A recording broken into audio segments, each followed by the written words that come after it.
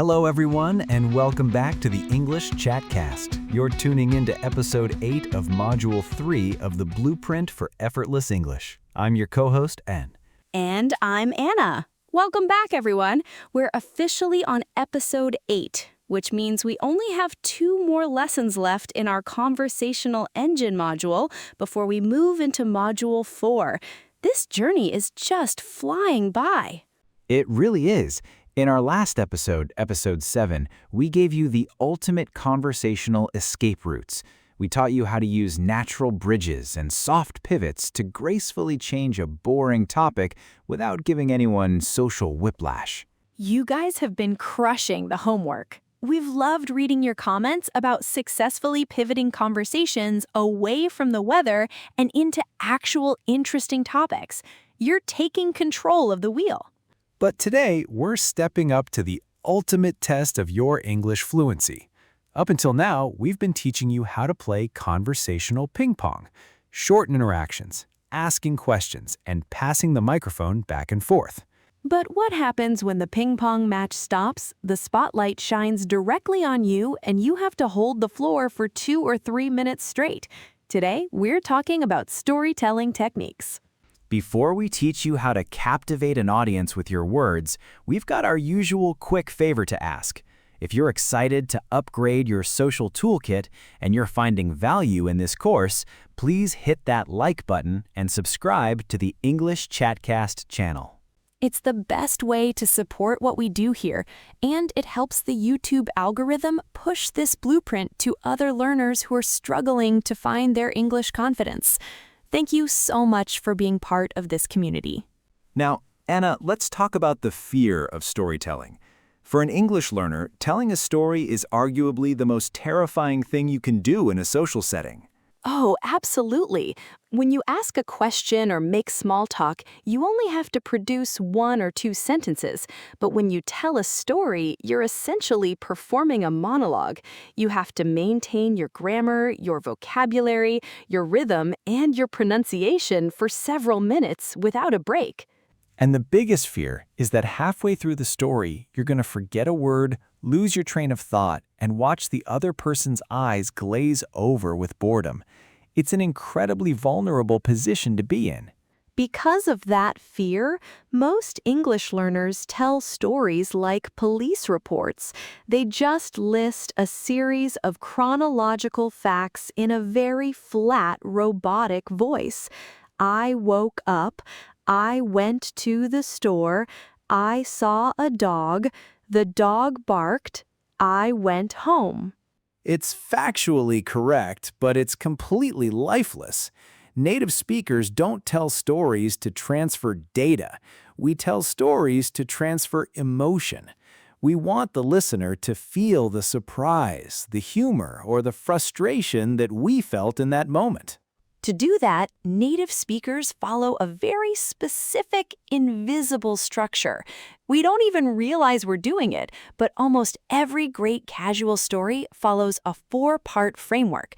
We call it the narrative arc. The 4 parts are the hook, the context, the climax, and the landing. If you master these 4 steps, you can make a story about going to the grocery store sound like an epic Hollywood movie. Let's break down step 1, the hook. You can't just start a story out of nowhere. You have to announce to the room that a story is about to begin, and you have to give them a reason to listen. The hook is your trailer. It's a short, punchy phrase that creates instant curiosity. If I want to tell a story about a terrible date I went on, I don't start by saying, "Last Friday I went to a restaurant." No one cares about last Friday. Instead, Ben would use a native hook. He'd say, "You're never gonna believe what happened to me this weekend." Or, "I have to tell you about the absolute worst date of my entire life." Notice how those hooks work. You're never gonna believe what happened. It's a challenge. It forces the listener's brain to engage. They immediately want to know what happened. Another great casual hook is, "Did I tell you about the crazy thing that happened at work yesterday?" This one is brilliant because it asks a question. The listener has to say no, which officially grants you permission to take the floor and tell the story. You can also use a theme-based hook. If the group is already talking about bad travel experiences, you can jump in and say, "Oh man, speaking of bad flights, don't even get me started on my trip to Chicago." Don't even get me started. It's an incredibly native idiom. It means the story is so wild or frustrating that once you start talking about it, you won't be able to stop. It builds massive anticipation. Once you've thrown the hook and grabbed their attention, you move to step 2 of the narrative arc, the context. This is where you set the scene. But here's the trap that ruins most stories. Learners spend way too much time in the context phase. They over-explain the background details. They tell you the exact time of day, what they were wearing, and what they ate for breakfast, even when it has nothing to do with the story. Keep the context tight. We call it the rule of 3. Who, where, and what were you doing? That's all the listener needs to picture the scene. For example, I was in San Francisco with my sister, and we were walking down by the pier. That's it. You have the location, the characters, and the action. Grammatically, native speakers almost always use the past continuous tense for the context. We don't say, "I walked down the street." We say, "I was walking down the street." "We were eating dinner." "I was driving to work." The past continuous creates a moving background. It tells the listener that this was your normal, boring reality, right before the crazy thing interrupted it. It sets the stage for the action. Which brings us to step 3, the climax. This is the main event. This is the weird, funny, or scary thing that actually happened.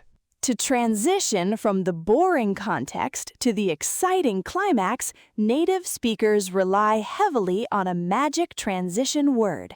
We use the word suddenly, or the phrase out of nowhere. So we were eating dinner on the patio, and out of nowhere, this massive bird swoops down. Now let's talk about the biggest, most powerful native secret for the climax phase. When English learners tell a story about the past, they naturally use the past tense. I saw a bird. It took my food. I yelled at it. But when native speakers get really excited during a story, we subconsciously switch from the past tense into the present tense. Linguists call this the historical present. It completely breaks the standard grammar rules you learned in school, but it is the ultimate tool for dramatic storytelling.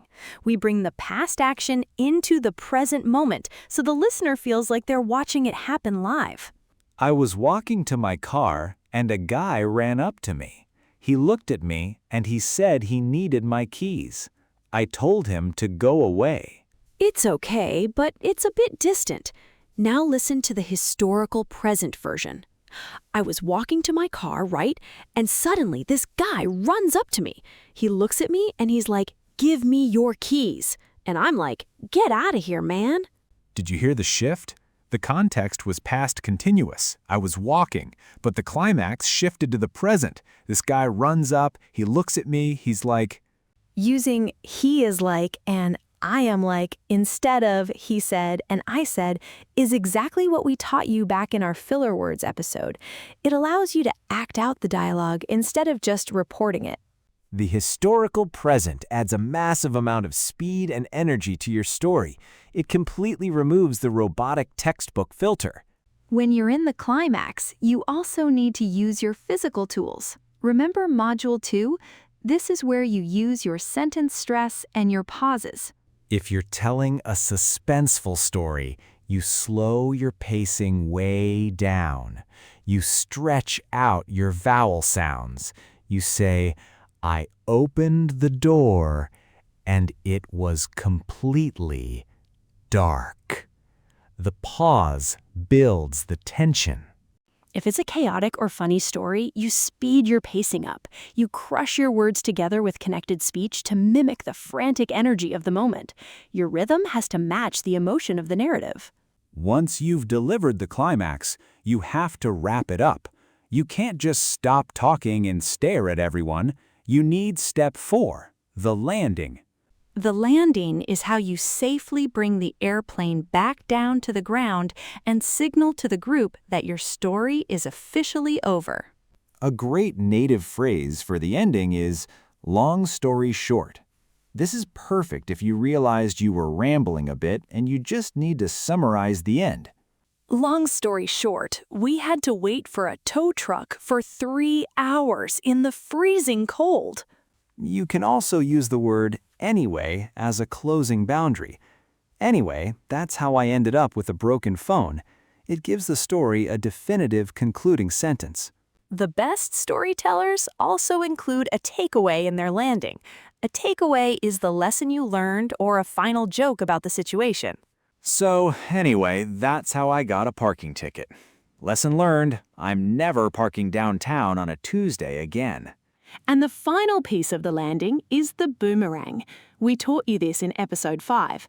When your story's over, you have to throw the microphone back to the group so the conversation doesn't die. You finish your story about the parking ticket, and then you ask the group, have you guys ever been towed in this city? Or what's the worst parking ticket you've ever gotten? You use your story as a launching pad for their stories. Let's put this entire 4-part framework into action. Ben and I are going to roleplay. I'm going to tell Ben a story about a ridiculous thing that happened to me out here in California. As Anna tells the story, I'm going to be doing my job as the listener. I'm going to be back-channeling and echoing just like we practiced. But I want you to focus entirely on Anna's structure. Listen for the hook, the context, the historical present in the climax, and the landing. All right, here we go. So, Anna, how was your weekend? You went up to the city, right? Yeah, I went to San Francisco. And Ben, you're never going to believe what happened to me on Saturday afternoon. I have the craziest story. No way. What happened? So I was down by Fisherman's Wharf with my sister, right? It was super crowded, beautiful weather, and we were just walking along the water eating these massive bread bowls full of clam chowder. Oh, man. I love those bread bowls. They're the best. So we're just walking and talking, minding our own business, and out of nowhere, this gigantic seagull just dive bombs me from the sky. Wait, dive bombs you? Literally attacks me. It swoops down, lands directly on my shoulder, and starts aggressively pecking at my bread bowl. And I'm just standing there, completely frozen, screaming my head off. And the bird is like flapping its wings right in my face.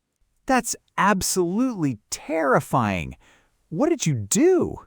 My sister starts swatting at it with her purse, and it finally flies away, but it managed to rip off a huge chunk of bread. It completely ruined my lunch. Ugh, that's the worst.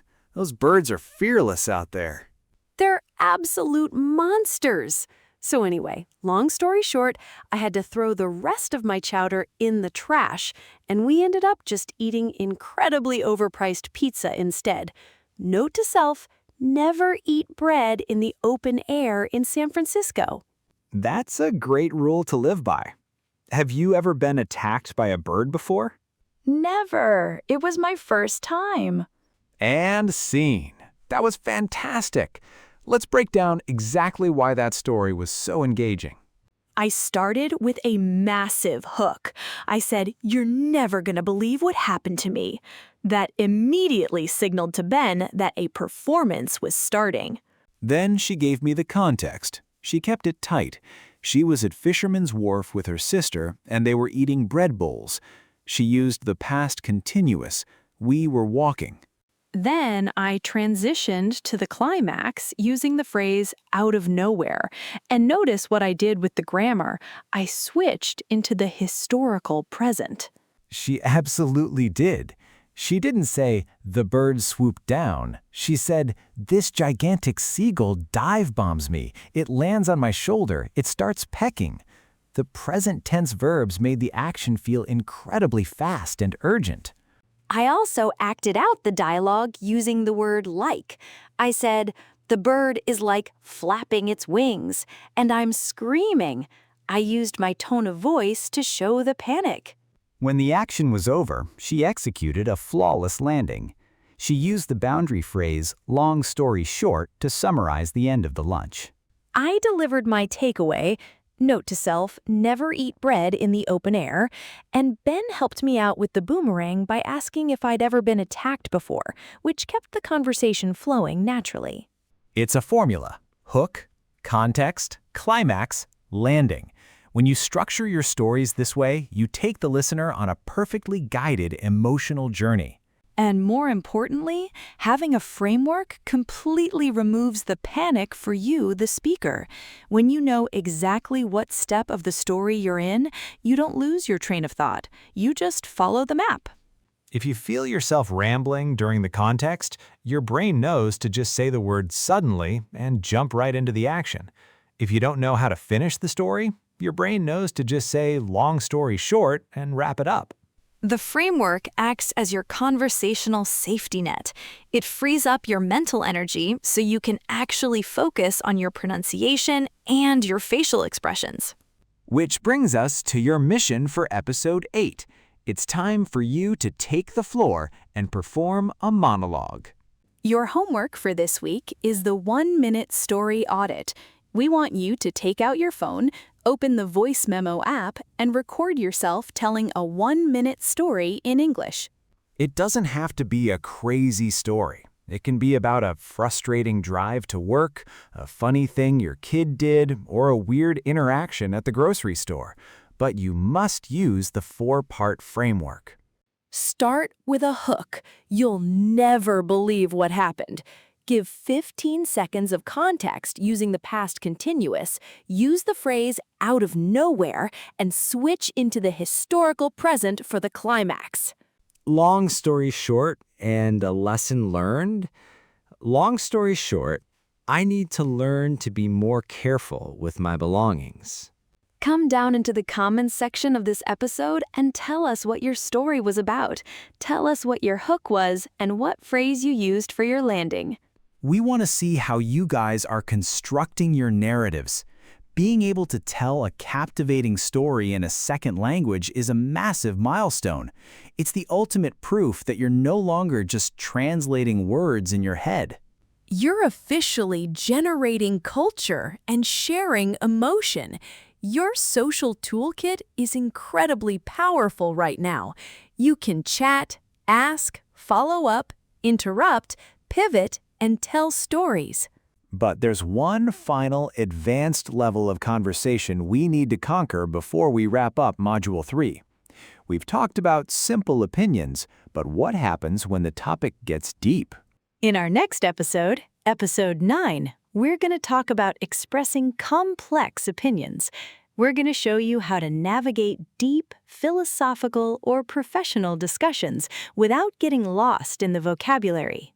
We'll teach you how to structure a strong argument, how to concede a point politely, and how to sound like an absolute intellectual powerhouse in English. You won't want to miss it.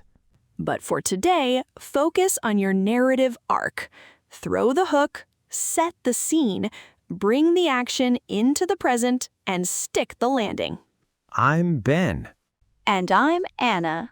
If you feel ready to tell a captivating story in English today, please hit that like button and subscribe to the channel.